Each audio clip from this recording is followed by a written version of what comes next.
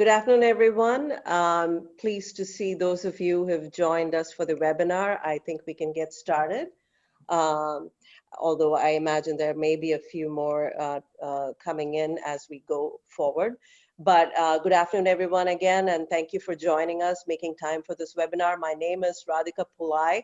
I'm working with MFOFC to develop this webinar series on housing.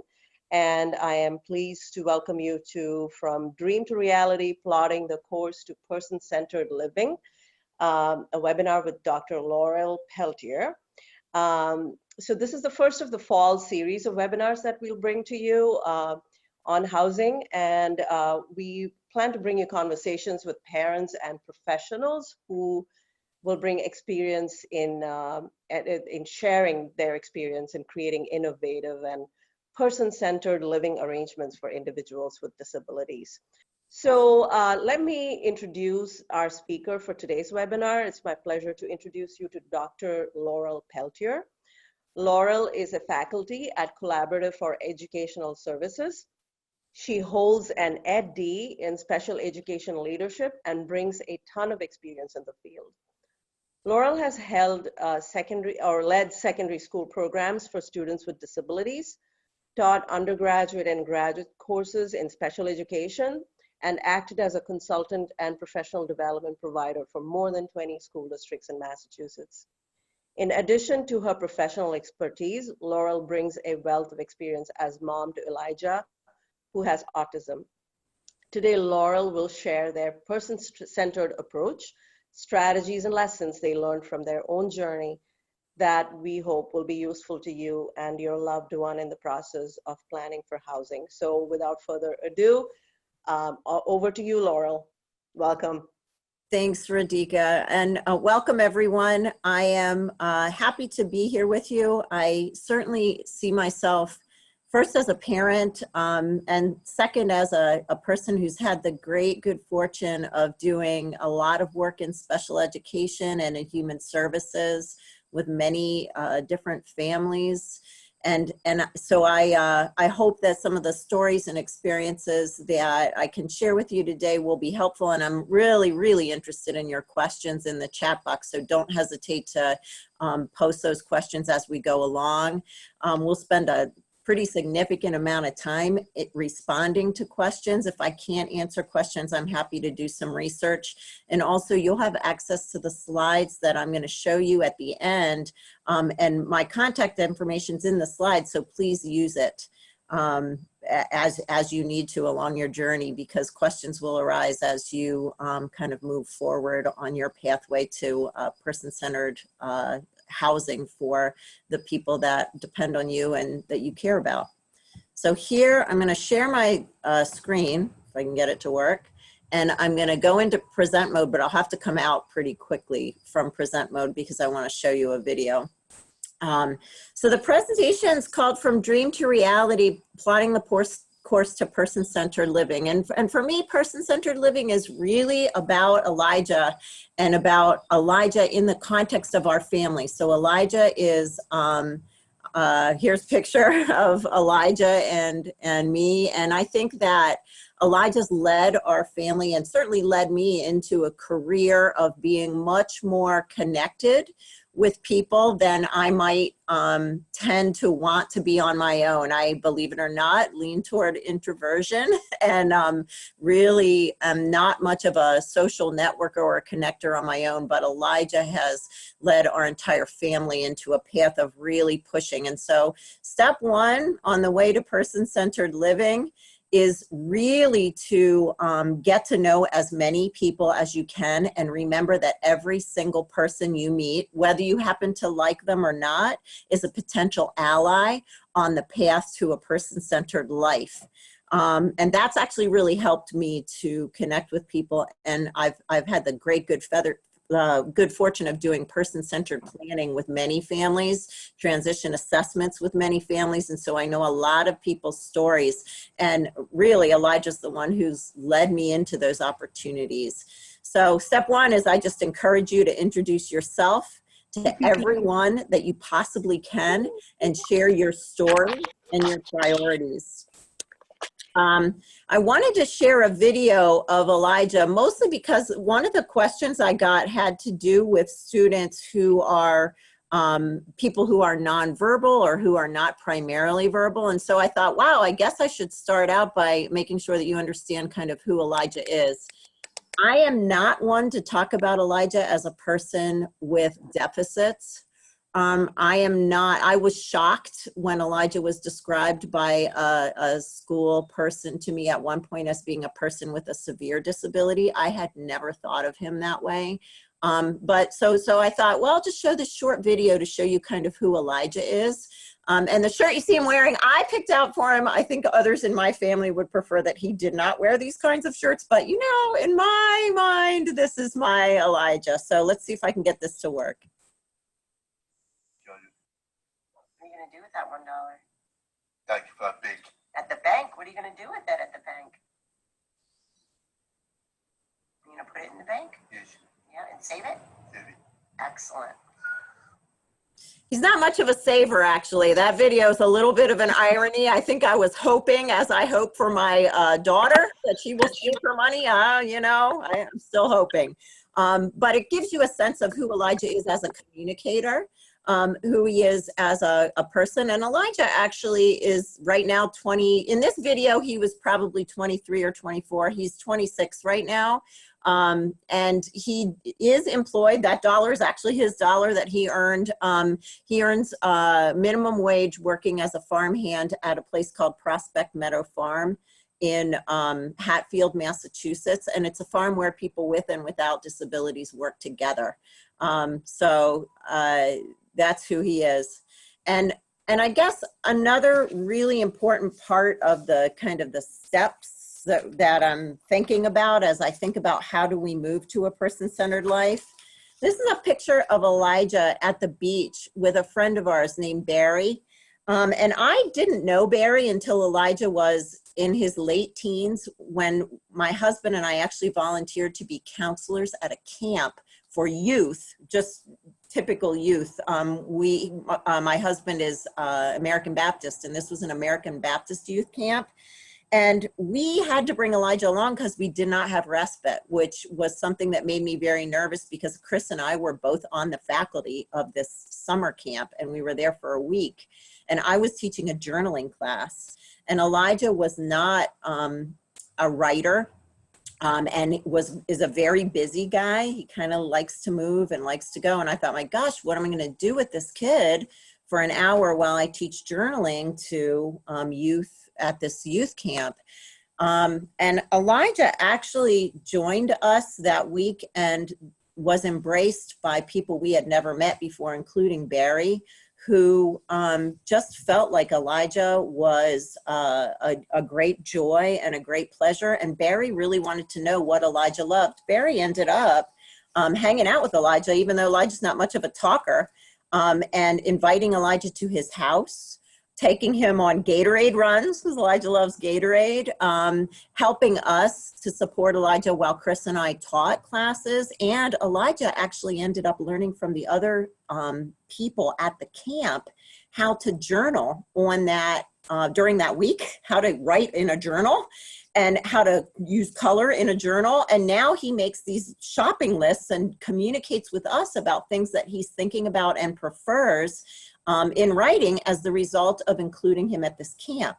So I guess more on step one is that Elijah's diagnosis of autism introduced me to a world of people that I had never known or understood.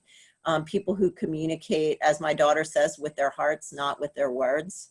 And we made these relationships not by protecting people from Elijah or protecting him from them, but by just bringing him along wherever we went, introducing him to everyone, whether they were comfortable with him or not, helping him to be among people, even if his behavior isn't always what other people might expect or need it to be.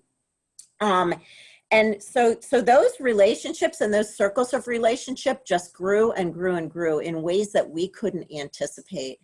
I think, so it takes some courage, or at least it did for me, because I was not familiar with people with intellectual or cognitive differences before I had Elijah as a child. And I think that had I not been involved in Elijah's life in this way, I would have been very reluctant to introduce him to someone like Barry, who I didn't know, who was obviously of a different social class and socioeconomic class than my family and myself, but who was just there waiting to make Elijah part of his life and to love Elijah. And it had really very little to do with me other than having the courage to bring Elijah along and not leave Elijah behind or exclude him from the things that our entire family was doing. So that's what the first step is. Really, I would just encourage you, anyone who will listen to or show an interest in your family member who depends on you for care and for an enviable life, be willing to tell your story and share your dream with anyone, even somebody you happen to meet at the beach when you're working at a camp.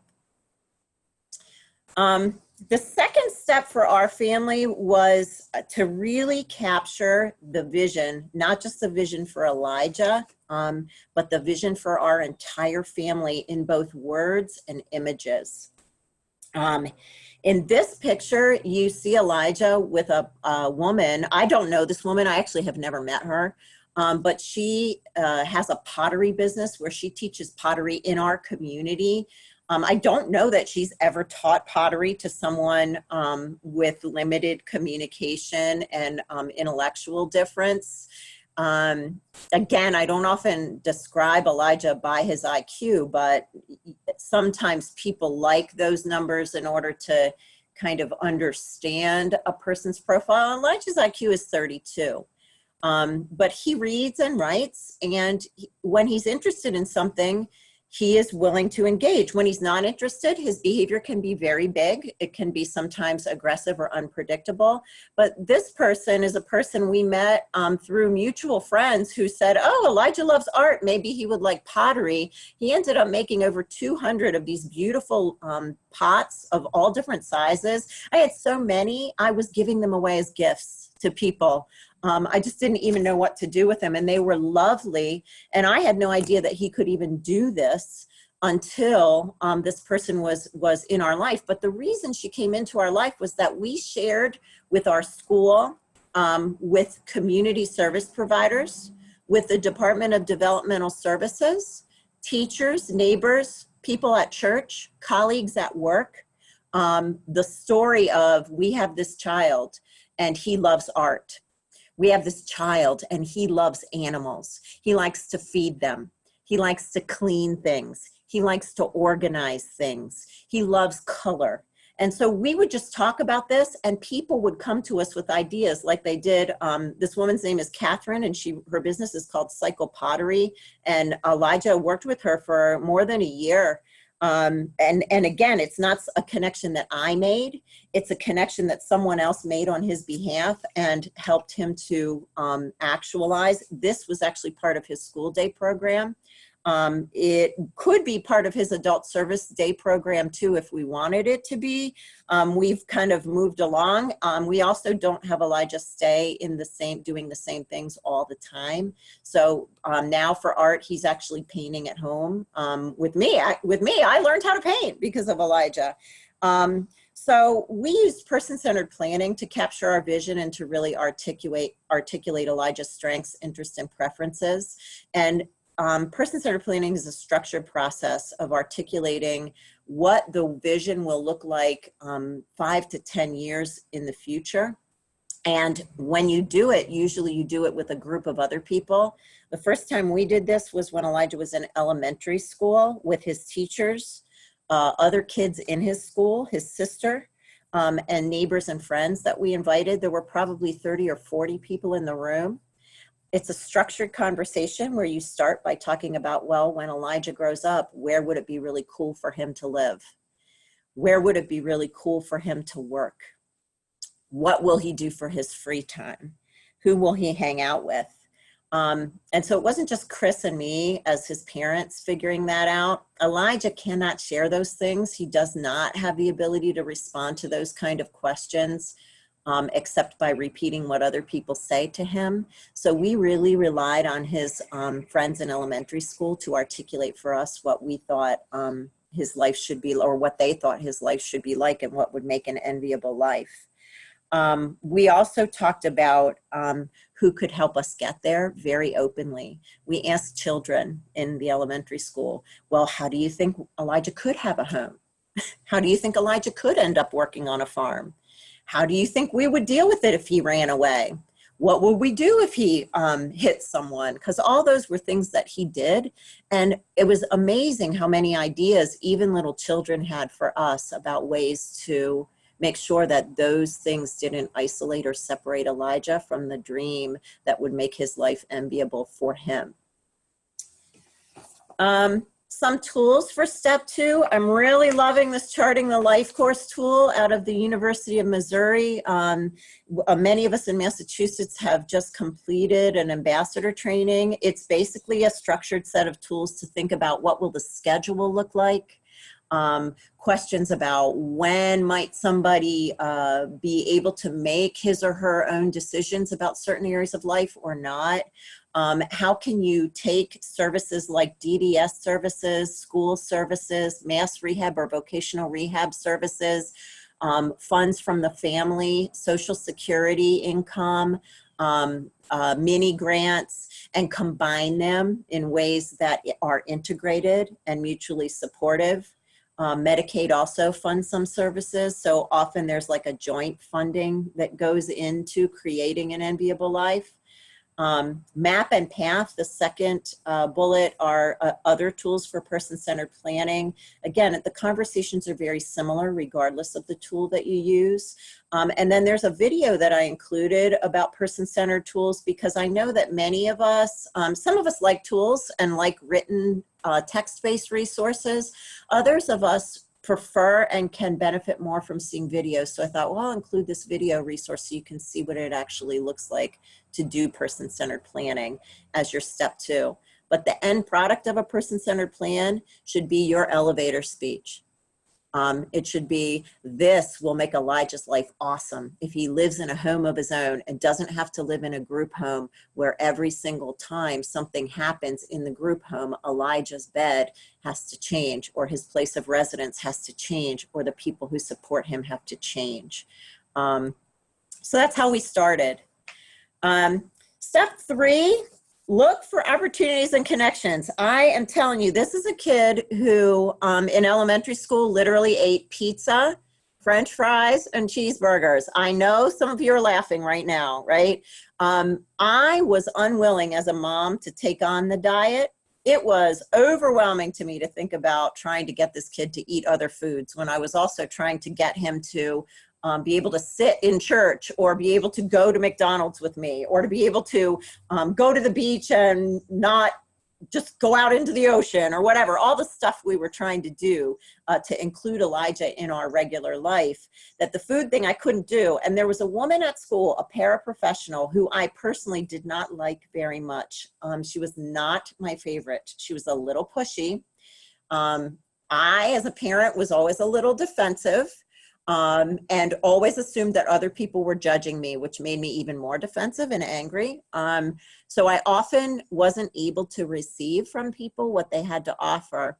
And thank God, this woman, her name was Pam, she volunteered to staff Elijah at a summer camp where they would not allow us to send food with him. And I thought, this is a huge mistake. It's going to be a disaster. People are going to get hurt. It was a fully inclusive summer camp, but they had a meal plan. And this woman, Pam, said, you know, it's about time he learns how to eat food like the rest of us that's healthy and well balanced. I'll do it. And boy, that was a hard moment for me, because I felt bad that I hadn't been able to take it on. I was a little embarrassed. I didn't like her personality, because she was a lot like me, a little pushy and edgy. And gosh darn it, in 8 weeks, she took Elijah from being a person who literally only ate those 3 foods that I named to being a person who would eat strawberries pasta, green beans. I mean, who would have thought? And my husband doesn't even eat green beans, I don't think, but Elijah learned how to eat a huge variety of foods. And today, one of the great joys of his life is to try new foods. And that never would have happened if it weren't for PM. So what we did was we talked everywhere and looked everywhere for connections. And every time we met for planning with the school or the Department of Developmental Services, we shared Elijah's vision and our family's vision for the future. We asked people for help. We asked them for ideas. And we never, ever stopped talking about the specifics.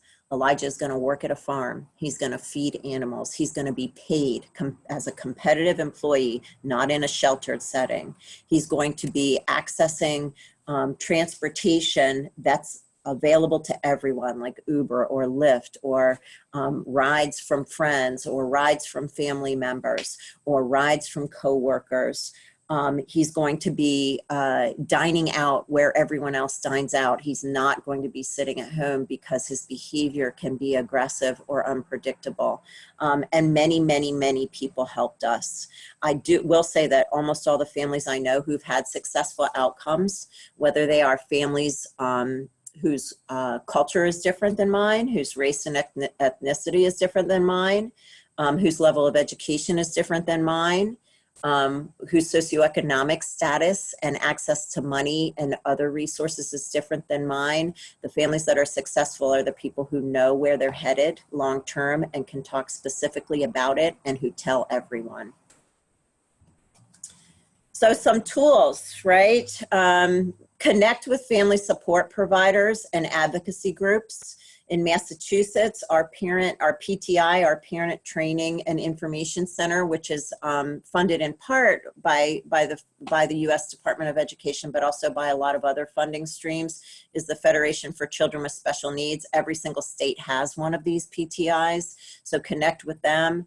Local vendor agencies here in our area, Pathlight, United Cerebral Palsy, the Berkshire County ARC, or any of the ARCs, are wonderful places to connect with family support programs. Also, state department like DDS, the Department of Developmental Services, has citizen advisory boards. And these are groups that actually advise leaders in local and regional catchment areas for DDS, and you meet other families. You also meet other service providers by being involved there. And also citizen advocacy groups like Mass Families Organizing for Change that's hosting this webinar. For people with intellectual differences, Massachusetts Advocates Standing Strong is a wonderful network of people, but just basically get out there and go to the meetings, go to the parent meetings, go to the advocacy meetings, go to the network meetings, and talk up your vision and listen to other people's vision. For me, I think for a lot of people think that you start by thinking about what the service system has to offer. For me, for my family and for the people that I have worked with, I think it's exactly the opposite. I think you start with the vision and what it is that will happen for your family member, the non-negotiables, the things that must be. For us, we did not want Elijah in a group home. Elijah lives in a house that we bought, and we are not people of great resources. So we told people at our church, and they helped us for 4 years to look for a house that we could afford, that was at least 3/4 of a mile from a bus route. And then they helped us by, one of the men in our church was a general contractor, and he volunteered to coordinate rehabbing this house because it wasn't in livable condition when we bought it. It's a big old New England farmhouse. We purchased it knowing that we wanted to have a group of adults live with us because Elijah's care needs are 24/7, and I knew that Chris and I couldn't do it ourselves. So we actually added on, we lived with another family for a period of time. We've lived with lots of other people in our household. Ideally, we would like to have 4 adults live with Elijah. all kind of sharing the care for different parts of the week. Like one person takes Monday, one person takes Tuesday. Right now we have that arrangement for Chris and me, and we do have a shared living provider that is a DDS funded shared living placement, but the provider lives right at the end of our house in a 2-bedroom apartment. And Elijah travels between us so that we can all share his care and no one person is stuck caring for him. Ideally, I would love to have another person or couple move in to our house. We have 5 bedrooms in our house, and we could create a little separate living area that it wouldn't be official apartment. We'd probably have to share a kitchen, but that would allow us to have more adults caring for Elijah. Right now we share every other weekend. Matt, our shared living provider, takes Elijah every other weekend, and Chris and I take Elijah on the off weekends, but I would love to have us take him just 1 weekend a month. And that's because I don't want to be with him. Like, I love being with him every day. I love seeing him every morning. I love being able to kiss him goodnight every night. But I also know that if I become unable, or if Chris becomes unable, or we have other caretaking priorities in our life, I don't want Elijah's whole world to fall apart because I'm not available anymore. So I would love to have more people living with us. And so that was my thing, was get the dream, right? We had the dream, a house with 4 to 7 adults living in it, plus Elijah, sharing the care, benefiting from reduced rent, reduced household expenses, sharing out resources from a shared living placement, sharing some respite resources, sharing PCA or home health resources, we personally pay people sometimes to do respite too out of our own family resources, or using the 25% of Elijah's Social Security income that still remains available to him, so that he can keep his circles big of people who know how to care for him and understand how he communicates. So I think you do the vision first and then you plug in the resources. And usually you're leveraging from multiple types of resources. Different families qualify for different types of resources, and different states have different types of resources. When Elijah transitioned from school at age 22, advocated for a day placement for him and the shared living placement in our home. So he has a shared living placement in our home. But we had been talking about that vision for Elijah with our DDS service coordinators for almost 15 years before he turned 22. So it wasn't a surprise. People knew it was coming. We had volunteered on citizen advisory boards. We had volunteered and been active with Mass Families Organizing for Change. We had, I changed my career and worked in shared living for a little while. Chris changed his career and worked in both public schools and human service organizations for a while, so that we could leverage those connections and people wouldn't be, our advocacy wouldn't be off-putting or unexpected to the service system. Some resources that I would recommend people connect with if you're looking to individualize housing. Autism Housing Pathways is a fabulous organization. It's a not-for-profit. It's run by a friend of ours, Kathy Boyle, and there are many parents who are networking with one another to create their own housing arrangements. Chris and I actually were part of many groups of families who tried to come together to create like farm communities, things like that. We actually were part of 5 or 6 groups like that, parent groups trying to create something before we ended up purchasing this house and doing it kind of on our own. I think we would be open to partnering with another family even now. It's just that the trial and error part was sometimes hard, but Autism Housing Pathways is a place that can connect families, and you don't have to have a kid with autism in order to hook up with them or be connected with one of their parent groups or family networks. State Department of Developmental Services resources are really important for residential sustainability. While you might not have a group home placement or a shared living placement, it's really important to be actively connected with your DDS service coordinator. Many families would also qualify for adult family care or adult foster care, and that's Medicaid funded.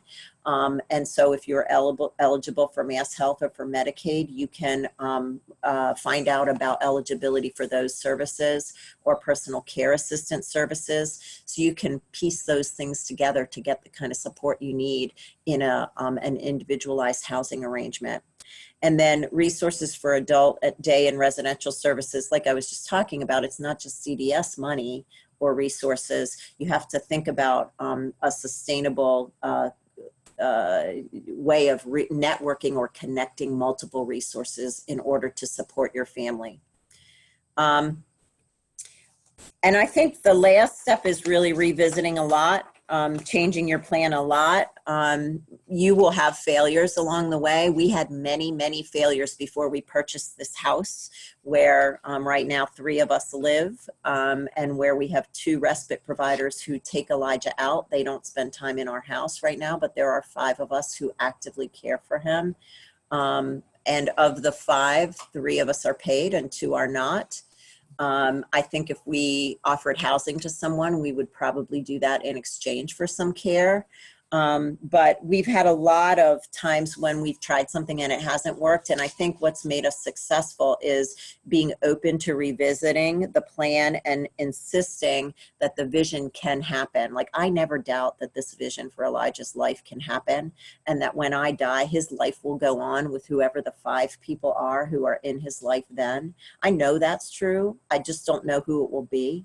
And I think having a growth mindset that really acknowledges the fact that it's easy to get discouraged, it's easy to fall into despair, but you have to work against that hard. And I think you have to work against that even harder than you have to work to connect with resources, because you can give up and you can feel helpless and you can say, well, gosh, I've tried this 10 times and it still isn't working.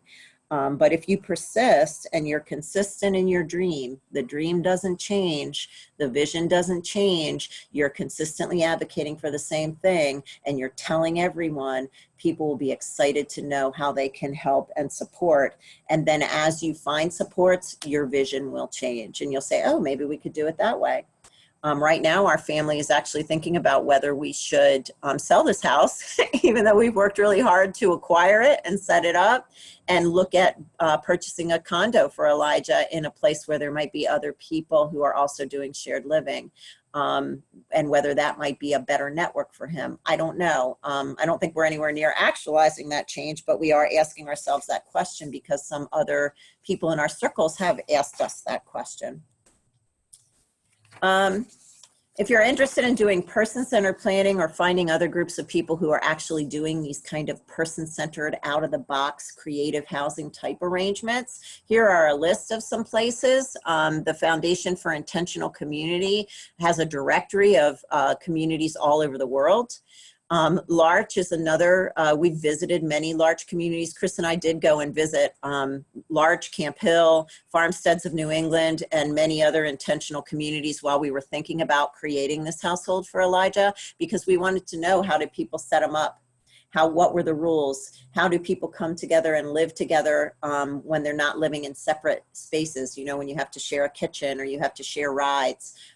We really wanted to know that and talk to people who were doing it so we could benefit from their experience. But these are just a few of the resources that you'll see in the slideshow. And they're all linked so you can check them out. And I would encourage you to go and visit places, especially places that are geographically near you, so you can see how it works. I also have a link in the slides to additional resources. This is just some resources for funding and finding assistance for the financial part of housing. We did buy this house and we are paying it off. That's our goal. That is my goal, to pay this mortgage off, because if I can have a paid off mortgage, I feel like Elijah will have a sustainable home of his own. Other people might move into it, but he won't lose his home. And that's really important to me. So these are all resources that can help with kind of the financial side of things, and also connecting with people. And there's also a link to some newspaper articles that were done about our family early on in our person-centered process.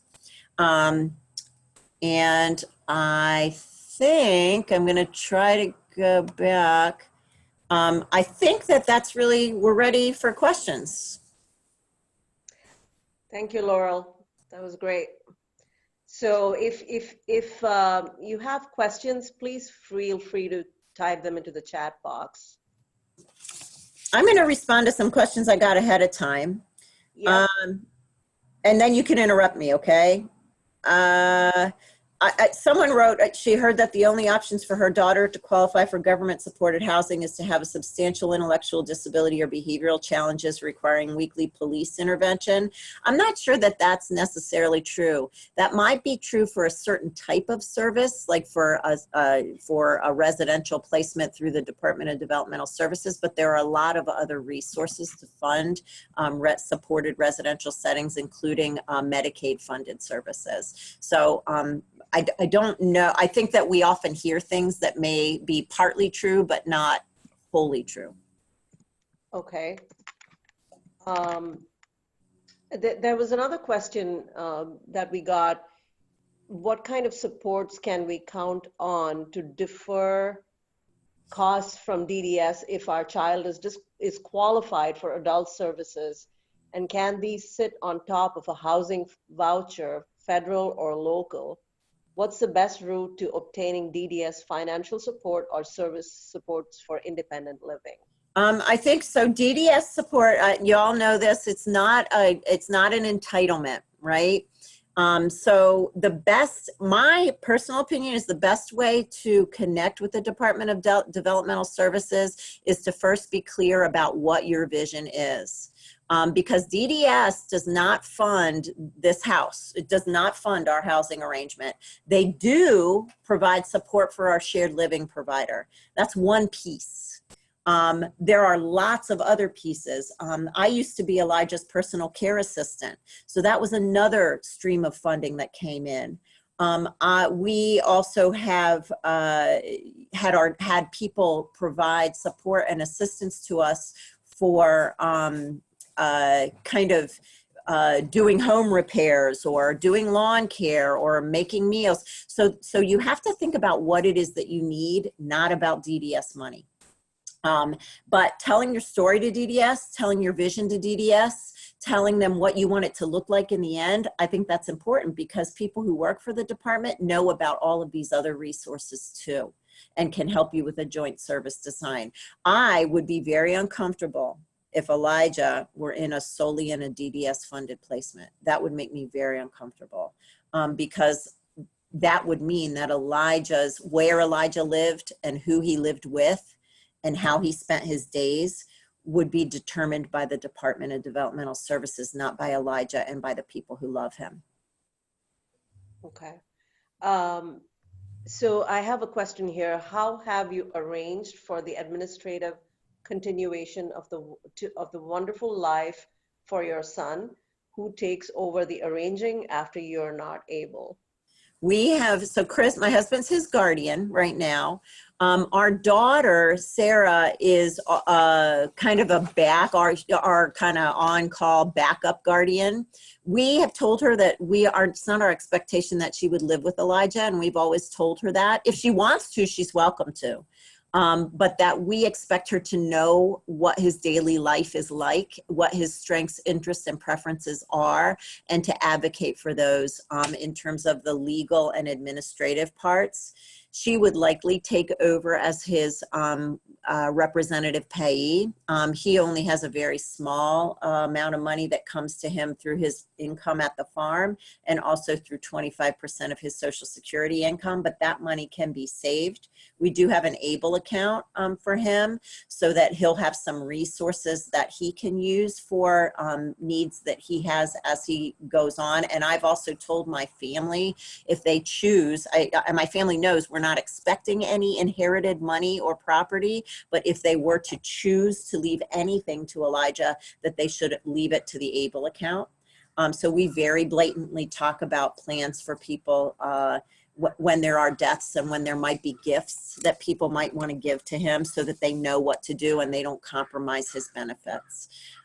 We also have a shared living agency, Nonotuck. We work with Nonotuck Resources, and they also could take over administrative tasks for things like the household, the shared living provider, recruiting respite, stuff like that. And we would also probably hire, once we get this house paid off, please God, once we get this house paid off, I would love to hire a management company to be doing the property management for us. And that would be a fee that would come out of the ABLE account. Okay, great. Laurel, like, you know, in hearing you and talking to you, I feel like, you know, you've had this great, good fortune of coming across many, you know, helpful individuals and community members who were just willing to kind of really, you know, join forces and realize this vision, right? So, I mean, what advice do you have to parents? I mean, I don't know that it's going to be coming across as smoothly for other parents or, you know, families thinking about it. And I know you've had challenges along the way too, but anything you can tell, any advice you can give parents who have kids in their 20s, who feel like they're coming into this late, and, you know, what should they do to get Yeah, I really think, first of all, be really clear what would be the enviable life, right? What is it that you really want? Not through what, don't think about what exists. Think about if it existed, this is what we want. And get that down. Start there.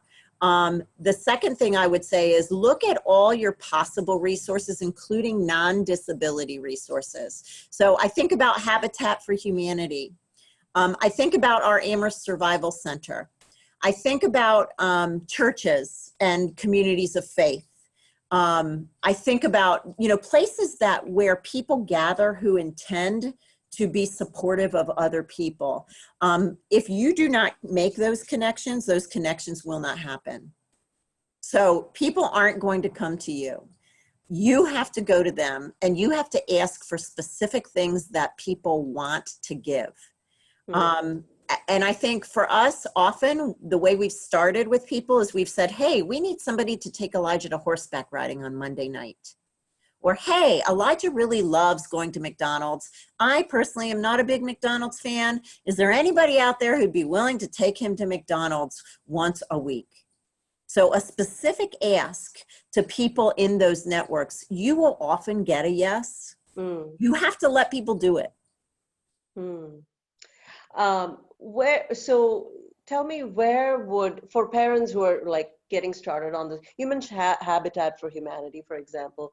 Why did you bring that up as a specific resource? In what way can they help? I think about Habitat for Humanity as a group of people who care about providing housing for all people and who are willing to volunteer their time to make that happen.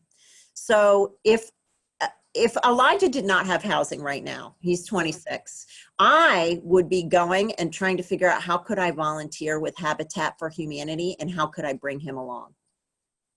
That's what I would be doing.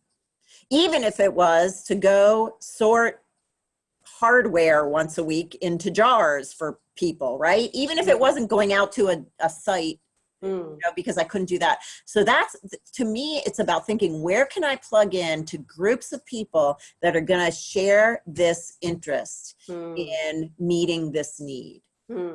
There's also, like, online, there's these meetup groups, right? If I wanted Elijah loves to hike, right? And if he needed people to hike with, right, because he has a lot of energy and he needed more exercise or whatever, I would go to one of those meetup groups. I would go myself first. I'd get to know everybody and I'd tell them, I have this kid. I'd love to bring him. Here's what's going to happen. What do you think? And I would set up a time to do with my meetup group a hike with Elijah. Okay. Right? So a little bit of thinking, you're kind of thinking outside the box, but also looking for like-minded people. Yeah. Outside the box, kind of. Yeah. Right? And listening, I think also listening to people, like we have some friends right now who are really into, I have one friend who's really into birding, right? I never thought about birding. I was like, birding? Could Elijah do birding? Would he be into it? Maybe. So if an opportunity happens to go birding, like I'm going to go birding, right? And then we'll see if Elijah can come along. This picture on this comment question side is Elijah driving a boat. I don't have a boat. I don't like boats. Like, I'm not a boat person. Elijah, it turns out, is a boat person. And the guy standing behind him is actually a friend of ours who knew Elijah from the time he was little and who offered Elijah an opportunity to drive this boat. That's how it happened. So we had another question. It says, we live in a community with virtually no public transportation or Yeah. Uber. Yeah. This is a driving force behind our interest in making sure our son lives somewhere he can get around. So we will be factoring in that issue. What other issues should we look at for a community for him to reside? He has lived here his whole life and we are a bit nervous. Right. So it's a cost benefit analysis, right? Transportation, if people are driving places in vehicles and they have empty seats, there are often ways to figure out rides, right? I lived in the middle of nowhere too. We lived up in like 2 miles down a dirt road in the middle of nowhere. And we used to carpool places with our kids, particularly when they were in high school, you know, and you were going 5 different directions with 5 different groups of kids. So I don't know that I would choose a different place for Elijah to live based solely on lack of transportation, as much as I would try to solve the problem of transportation with DDS, with neighbors, friends, relatives, you know, networks of people who also needed rides, because there's other people up there who need rides too. Senior centers, places that where transportation is being coordinated, and could you get in on that would be a question. But I also would think about, so Elijah's lived here in this area all his life. And if I decided that I was going to move to the beach, which I really hope does happen for me sometime in my life, I would never move Elijah because of the networks of people. So think about what your priorities are for your son or daughter. If your priority is accessible transportation because your child likes to come and go a lot and could use transportation independently, great.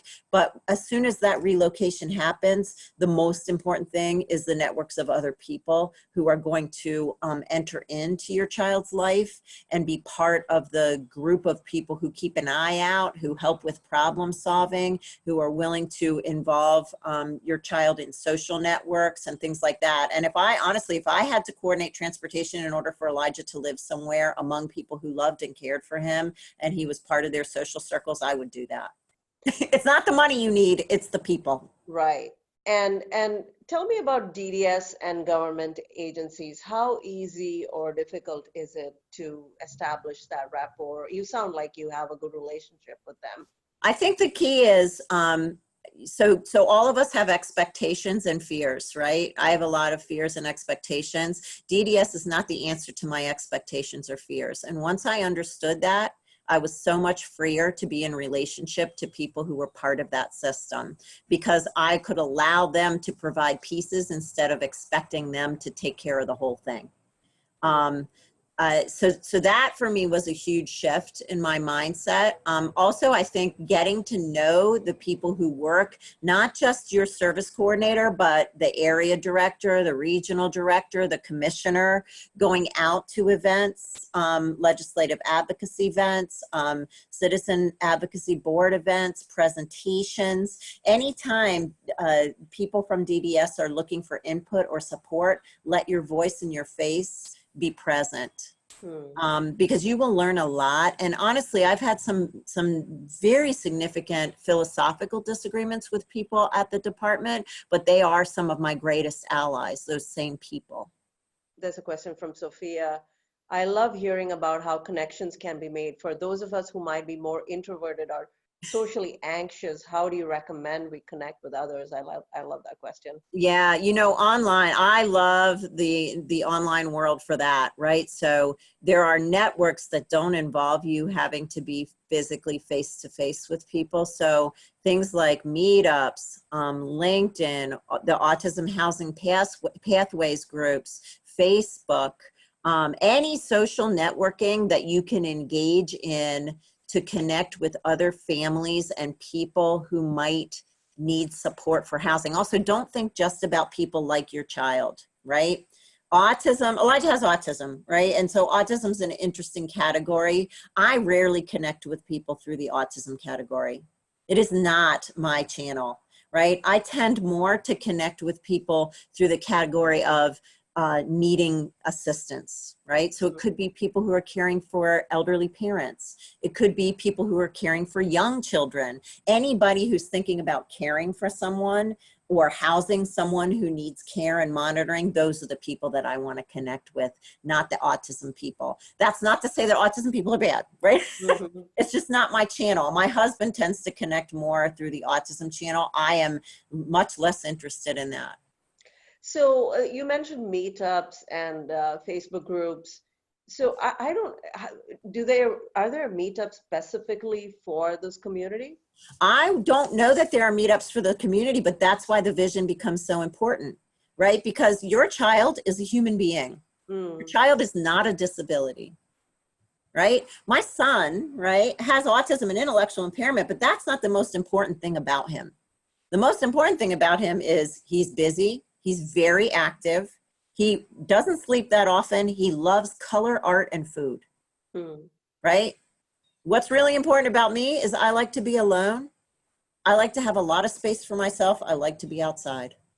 So I think moving away from thinking about meetups and Facebook connections and social networking as being about disability, or being about disability, but also being about interests, mm, strengths, interests, and preferences, mm, because that is where you're going to find people who have the room in their lives to give. I think if you fill your life only with other people who are caring for dependent, disabled folk, we're all like maxed out. You mm. know, I can't take care of my neighbor's parents. I can't take care of their little kids. Like I got my big caretaking, but as I meet these other people who are not in caretaking positions, who are interested in hiking, well, gosh, they can spend an afternoon with Elijah. They can come over and mow my yard, Mm. and I can go over and mow theirs. And I'm like, thank God I get to mow the yard. I don't have to be at home, watching sports, right? Great. So we have about 5 more minutes. I don't know if I don't see any more questions. Okay. Um, I think Laurel, if you have any closing comments. Now, you know what I just want to encourage people, if you have an idea or a dream, it can absolutely happen. It's going to take a lot of work. There'll be some, 2 steps forward, 1 step back. But if you're really clear and specific about what the dream is for the enviable life, where the living arrangement will be, what it will look like, who it will be with, what will be done during the free time or downtime, I just want to encourage people to pursue it and pursue it with other people who are, it won't always be the people you expect who will actually help you out the most. So share that vision. Thank you so much, Laurel. This has been a pleasure. And thank you all for coming to this webinar, and we look forward to seeing you at the next one on the 16th of October. Thank you. See Thanks, you later. Radhika. Bye-bye.